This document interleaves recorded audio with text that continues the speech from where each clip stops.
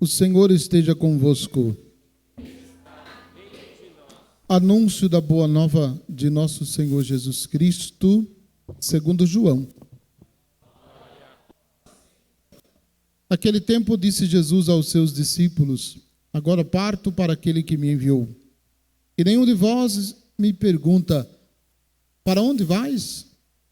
Mas porque vos disse isto, a tristeza encheu os vossos corações.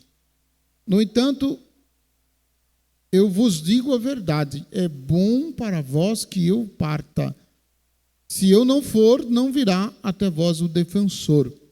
Mas se eu me for, eu vos-lo mandarei.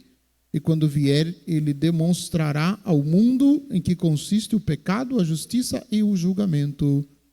O pecado, porque não acreditaram em mim. A justiça, porque vou para o Pai, de modo que não mais me vereis. E o julgamento, porque o chefe deste mundo já está condenado. Palavra da salvação. As palavras do Santo Evangelho: perdoe os nossos pecados. Podem sentar-se um pouquinho.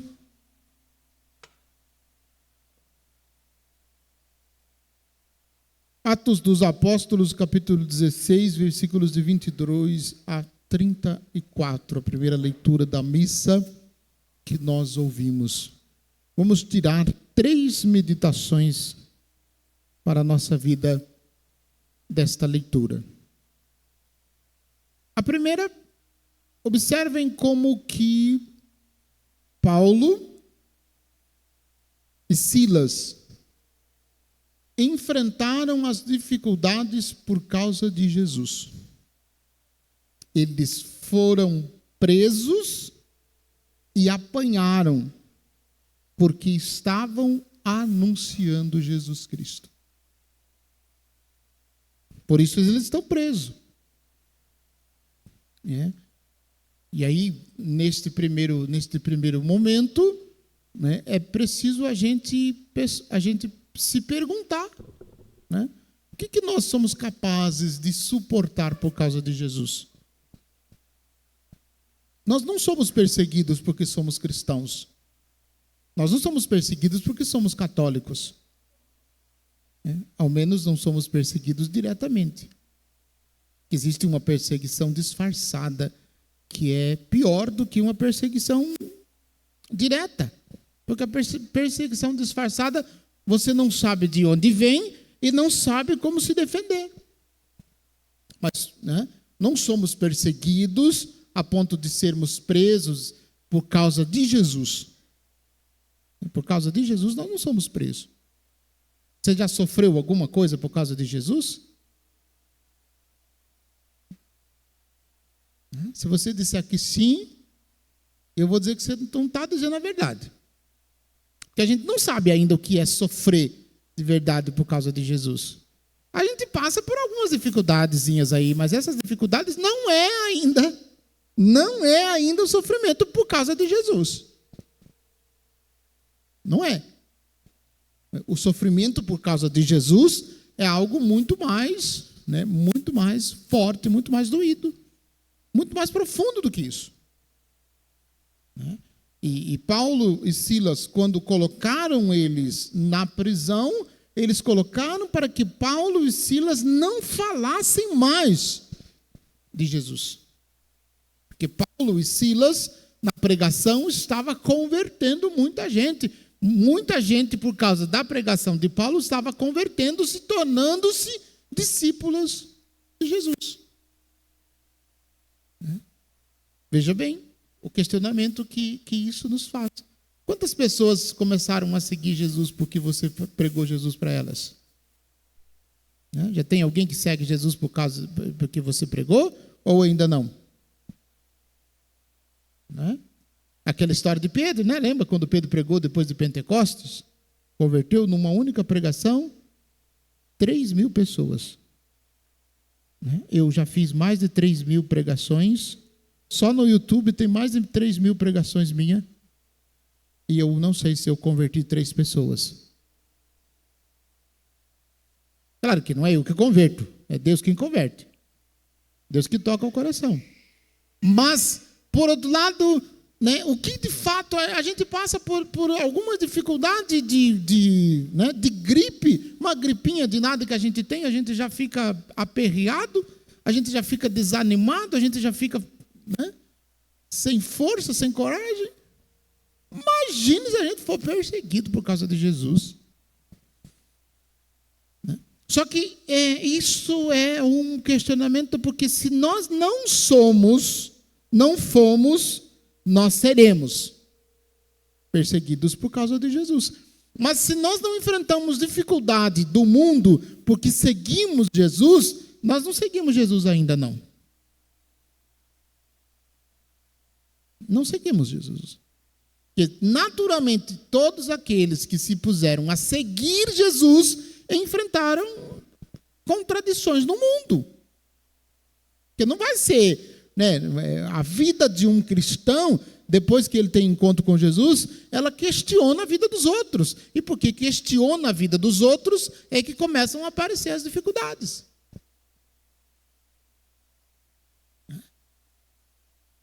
É isso. E isso aconteceu com Paulo e Silas. Vejam, Paulo, sobretudo, demorou para que a comunidade acreditasse que ele tinha feito uma experiência com Jesus. Eles não queriam aceitar muito, não. Lá no final do capítulo 9, início do capítulo 10, quando ele tem aquela conversão, que cai do cavalo e ele volta para Jerusalém, a comunidade de Jerusalém não aceitou muito ele, não, porque ele era recém-convertido. Né? Mas depois comprovaram que, de fato, ele tinha feito uma experiência. Né? Então, esse primeiro momento tem a ver com os sofrimentos, com as perseguições que o cristão vai enfrentar porque é cristão. Não é por outro motivo. É somente porque é cristão que vai enfrentar essas dificuldades. Mas eu disse que seriam 3. Essa é só a primeira. Depois, um outro aspecto importante é que Paulo, quando se viu livre da prisão, né, melhor dizendo, deixar esse por último, vou trazer o outro. Quando Paulo estava preso, Paulo e Silas, o que eles fizeram? Você ouviu a leitura? Prestou atenção? O que eles fizeram? Rezaram louvando a Deus. Quantas vezes você agradeceu a Deus pelas dificuldades que você enfrentou? Quantas vezes você rezou? Nossa, Padre, eu tenho que rezar pelas dificuldades que eu enfrento? Mas se você não rezar, vai fazer o quê?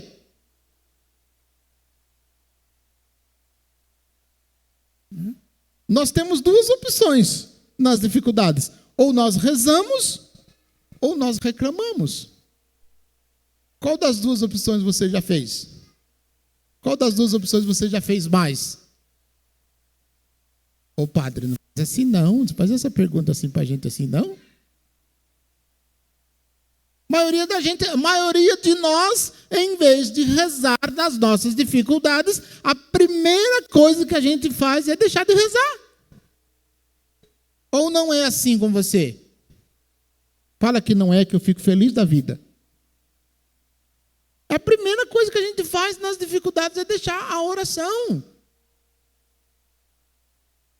A gente passa a ser tão tormentado pelas dificuldades que a gente acha que se a gente rezar naquela hora, Deus não vai ouvir. Ou se a gente rezar, Deus vai tapar os ouvidos e cantar. Tô nem aí, tô nem aí. E por isso a gente não reza. Mas olha que coisa impressionante. Paulo e Silas começaram, depois de estar presos, diz o texto, à meia-noite. À meia-noite. Muitos de nós, à meia-noite, já está no 3º sono. Né? No sono mais pesado. Aí diz lá, à meia-noite, Paulo e Silas estavam rezando e cantando hinos. Os outros prisioneiros os escutaram, de repente houve um terremoto tão violento que sacudiu os alicerces da prisão. Todas as portas se abriram e as correntes de todos, não é só de Paulo e Silas, não. As correntes de todos se soltaram, desprenderam com a força da oração. Pensa numa oração forte. Quantas vezes você já rezou a ponto de arrebentar, de fazer tremer a parede lá da casa que você está rezando? Você já sentiu alguma vez a parede da casa tremer ou não? Só se um caminhão bater lá de noite, aí treme a parede. Mas pela oração, acho que ainda não chegou a esse ponto, não. Então vejam, nas dificuldades, Paulo está onde? Paulo está preso. E além de estar preso, está com as correntes amarradas nos pés. E quando ele começa a rezar, né, a porta da cadeia se abre e as correntes se soltam. E quando o carcereiro viu que isso tinha acontecido, ele ficou com medo. Falou assim, agora vai sobrar para mim, ele vai tirar a vida dele. Ele pega a espada para se matar. E Paulo diz, não te faça mal, estamos todos aqui. Onde que você já viu o prisioneiro com a porta da cadeia aberta e não sair? Se é prisioneiro, a porta da cadeia está aberta, se eu sou prisioneiro, eu saio correndo. A porta está aberta. E olha que coisa diferente. Paulo rezou, o Senhor libertou, as portas se abriram, e Paulo e Silas ficaram lá dentro. Não saíram. Ai, que coisa estranha. Podia sair correndo, mas não saiu. Por quê? Se eles saíssem correndo, a culpa era de quem? Do carcereiro. Quem ia pagar o preço da liberdade desses presos? O carcereiro, sabe-se lá Deus o que ia acontecer com ele. Por isso que ele ficou com medo. Ele falou, antes que me matem, eu mato eu mesmo. E pronto, já resolve o problema. E Paulo grita. O carcereiro, pensando que os prisioneiros tivessem fugido, puxou a espada e estava para suicidar-se. Mas Paulo gritou em voz forte, não te faças mal algum, nós estamos todos aqui. Então o carcereiro pediu tochas, correu para dentro e, tremendo, caiu aos pés de Paulo e Silas, conduziu-os para fora e perguntou, olha a pergunta que esse abençoado desse carcereiro faz para Paulo e Silas. Senhores, o que devo fazer para ser salvo? Gente, que pergunta mais forte, que pergunta mais desconcertante. E aí vem o terceiro momento. Então, o primeiro momento, Paulo e Silas estão presos por causa de Jesus. Eles anunciaram Jesus e foram presos. O segundo momento, Paulo e Silas se colocam em oração de louvor a Deus. E quando eles rezam louvando a Deus, as correntes se arrebentam e as portas se abrem. Eles estão livres. E o terceiro momento, Paulo não perde a oportunidade para evangelizar o carcereiro. Aproveitou a oportunidade e pregou para ele o evangelho. E ele pediu o desejo mais profundo do nosso coração. Esse carcereiro está reconhecendo. Que é o desejo de salvação. Que é o desejo de vida eterna. E o que Paulo disse para ele? O que ele devia fazer? Participa do grupo de oração da Sagrada Família que você vai ser salvo. Participa da missa da primeira terça-feira lá no grupo de oração que você vai ser salvo. Vai na igreja lá na Aparecida que você vai ser salvo. Foi isso que Paulo disse? Não, o que Paulo disse? Crê no Senhor Jesus e sereis salvo, tu e todos da sua família. A receita é muito simples. A receita não tem nada de extraordinário. Qual é a receita? Crê no Senhor Jesus e será salvo tu e os de tua família. Veja, a promessa do Senhor não é só para você. A promessa do Senhor é também para você e para a tua família.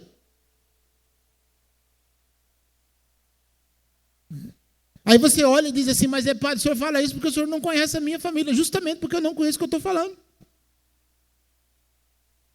Porque se eu conhecesse, eu falava ainda mais.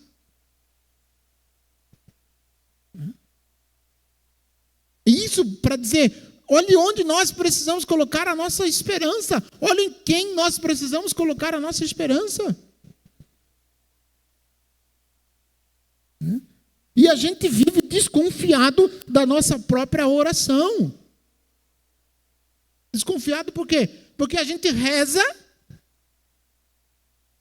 e muitas vezes entramos em desespero. Mas se você rezou, se você colocou tudo nas mãos de Deus, espera e confia, veja o que vai acontecer. Ou porque as coisas não acontecem do jeito que a gente imagina, do jeito que a gente reza, a gente desanima. Ah, não vou rezar mais. Estou rezando e não está acontecendo nada. Não está acontecendo as coisas do seu jeito.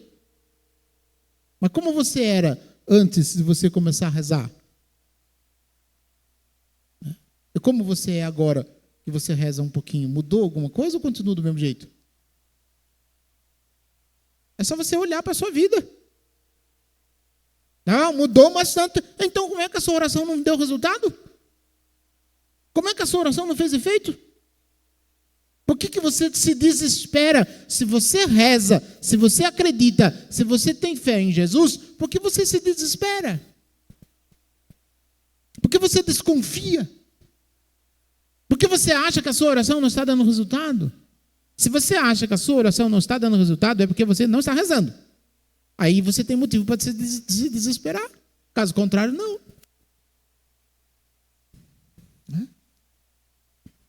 Então, saiba aproveitar as dificuldades. Espero que ninguém de nós sejamos presos por causa de sermos cristãos. Espero que ninguém de nós seja preso por ser católico.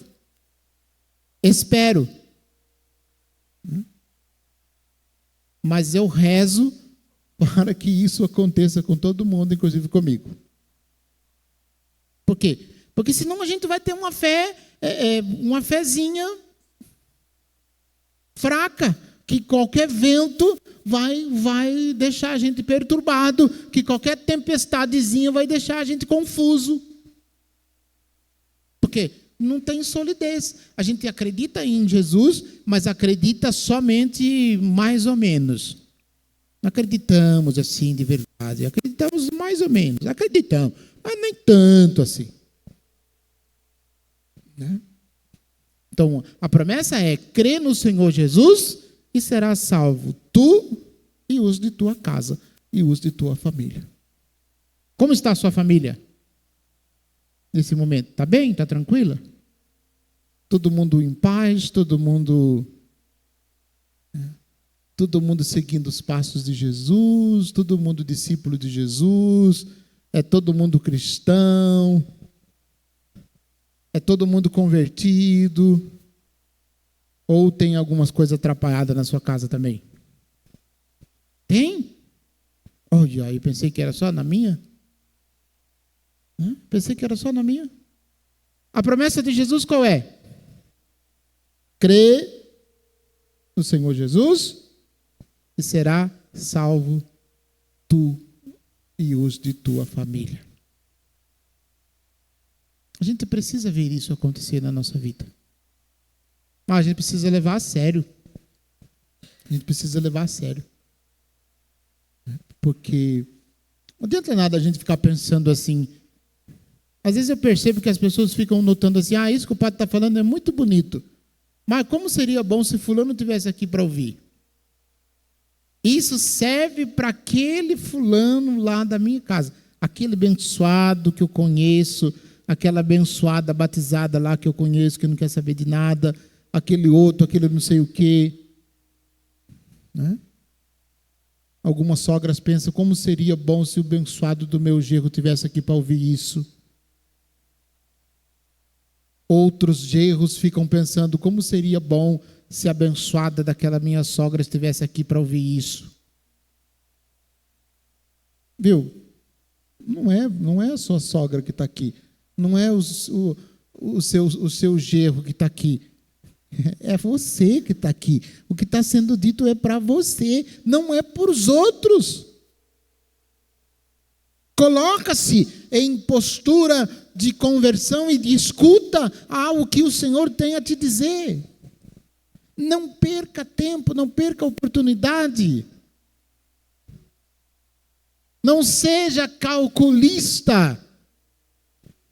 Não fique calculando o que vai acontecer com você se você permitir que Jesus entre na sua vida. Primeiro que se você já deu esse espaço, eu sinto muito, você já não tem mais esse espaço de perguntar o que vai acontecer com a sua vida. Já foi, já era. Porque ele já entrou. E uma vez que ele entrou, ele já bagunçou a sua vida todinha e você ainda não percebeu. Porque é o que ele faz. É o que ele faz. Ele bagunça segundo aquilo que é a organização do mundo. Mas ele bagunça, né, para corrigir. Ele bagunça para ordenar. Ele bagunça para colocar tudo em ordem. Ele bagunça para colocar tudo no lugar. Então, faça você também esta experiência. Suporte as pequenas dificuldades que você enfrenta na sua vida por causa de Jesus. E entregue o que você passa nessas pequenas dificuldades como gesto de amor a Jesus. Segundo, crie hábito de rezar durante as suas dificuldades. Crie o hábito de rezar durante as suas dificuldades, nem que seja um terço. Nem que seja um terço. Mas crie o hábito de rezar diante das pequenas dificuldades, para que quando as grandes dificuldades acontecerem na sua vida, você esteja preparado para suportá-la. E terceiro, nunca perca as oportunidades de testemunhar Jesus Cristo. Nunca perca as oportunidades de testemunhar Jesus Cristo. Testemunhe, anuncie Jesus Cristo. Faça que Jesus Cristo seja conhecido por meio da sua vida, por meio do seu testemunho, por meio daquilo que você vive, da maneira como você vive. Permita que as pessoas conheçam Jesus e, olhando para a sua vida, queiram ser discípulos de Jesus. Como aconteceu com este carcereiro. Homens, o que devo fazer para ser salvo? Que devemos fazer? Lembra aquele outro jovem que perguntou o que devo fazer para ter a vida eterna? No Evangelho de Mateus, né, o jovem rico. E o Senhor diz a ele, somente uma coisa falta de fazer. Vende tudo o que tem, dá o dinheiro aos pobres e vem me seguir. E o jovem disse, não posso, porque saiu chorando e triste porque era muito rico. Muito rico. E nós, o que nos prende de fazer esta experiência que fez o carcereiro? O que te prende de fazer a experiência que fez o carcereiro? De entregar-se totalmente a Jesus e deixar Jesus mudar o rumo da sua vida. E deixar Jesus dar um sentido novo para a sua vida. E tirar você da mesmice, tirar você da anestesia geral.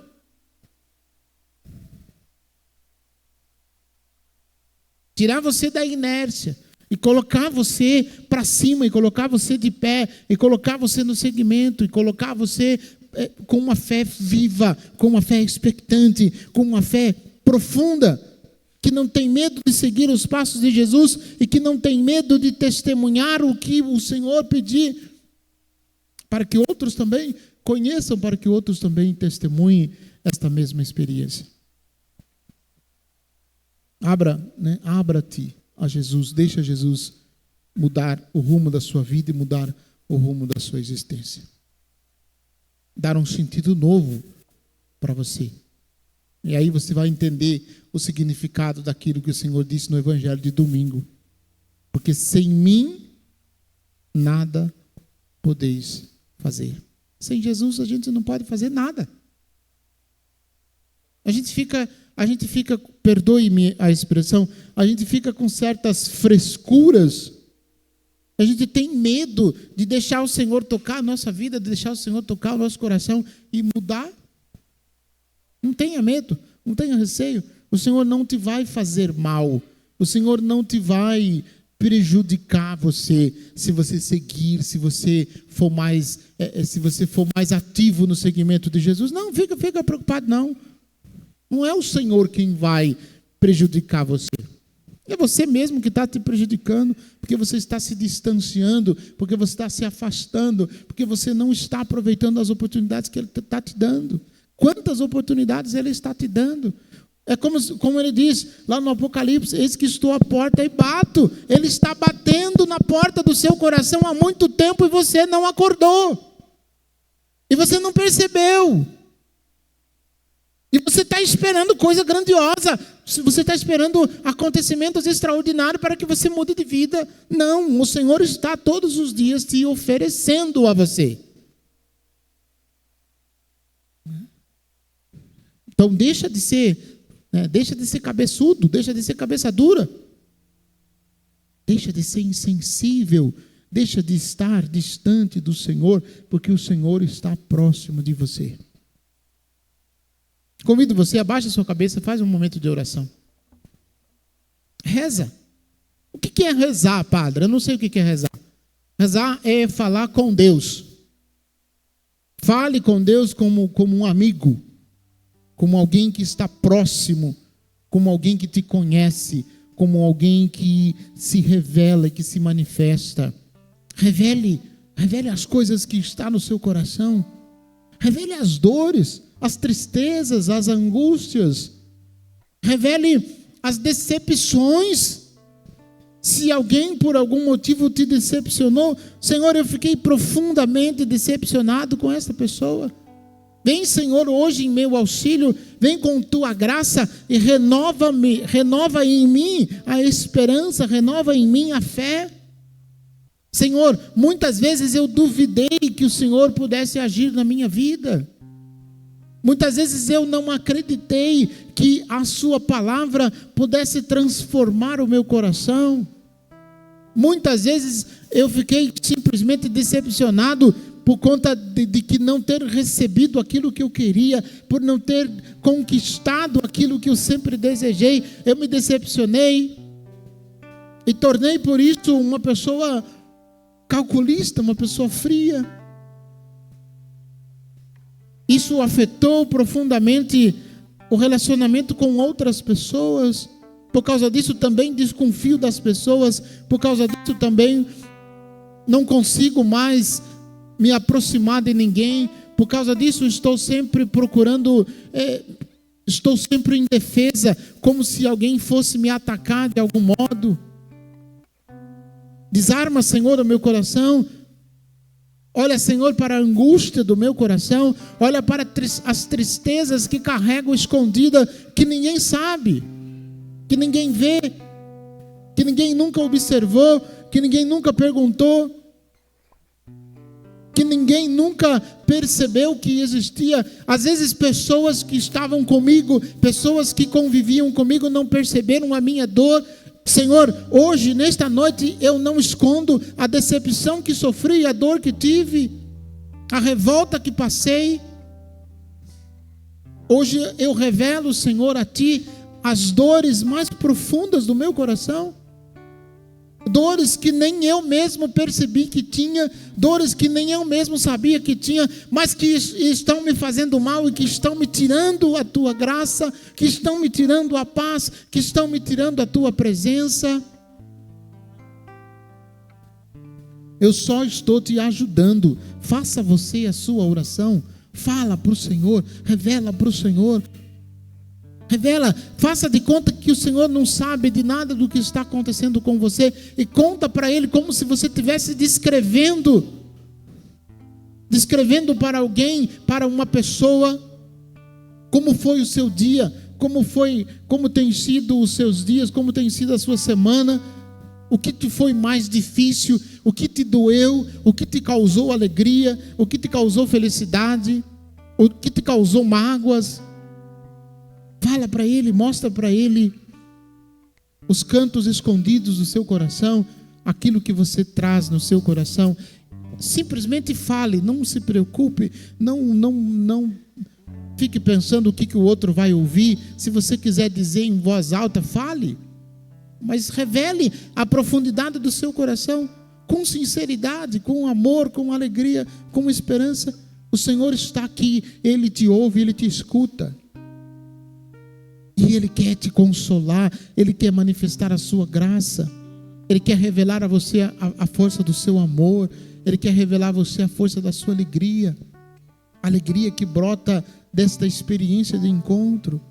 Ele quer transformar verdadeiramente a sua vida e o seu coração. Revele para Jesus as dores do seu coração, para que o Senhor Jesus, se Ele não quiser curar, que pelo menos te dê a graça de entender e suportar todas as dores que você sofre, e suportá-las por amor a Jesus, nosso Senhor. Senhor Deus eterno, Deus bendito, nós te bendizemos, porque Tu és o Senhor, porque Tu és a nossa salvação, que não existe nenhum outro que possa nos conceder a salvação senão a Ti. Nós Te louvamos pelo Teu amor, pela Tua misericórdia, pela Tua graça manifestada no meu coração e no coração de todos os meus irmãos aqui presentes, como também no coração daqueles que estão em casa. Bendito seja, Senhor, pela Tua graça, pela Tua misericórdia, pelo Teu amor. Deus bendito, Deus eterno, nosso Salvador, que veio até nós para nos salvar. A Ti a honra, a glória, o louvor para sempre. Deus bendito, Deus conosco, Deus entre nós. Glória ao Pai, ao Filho e ao Espírito Santo.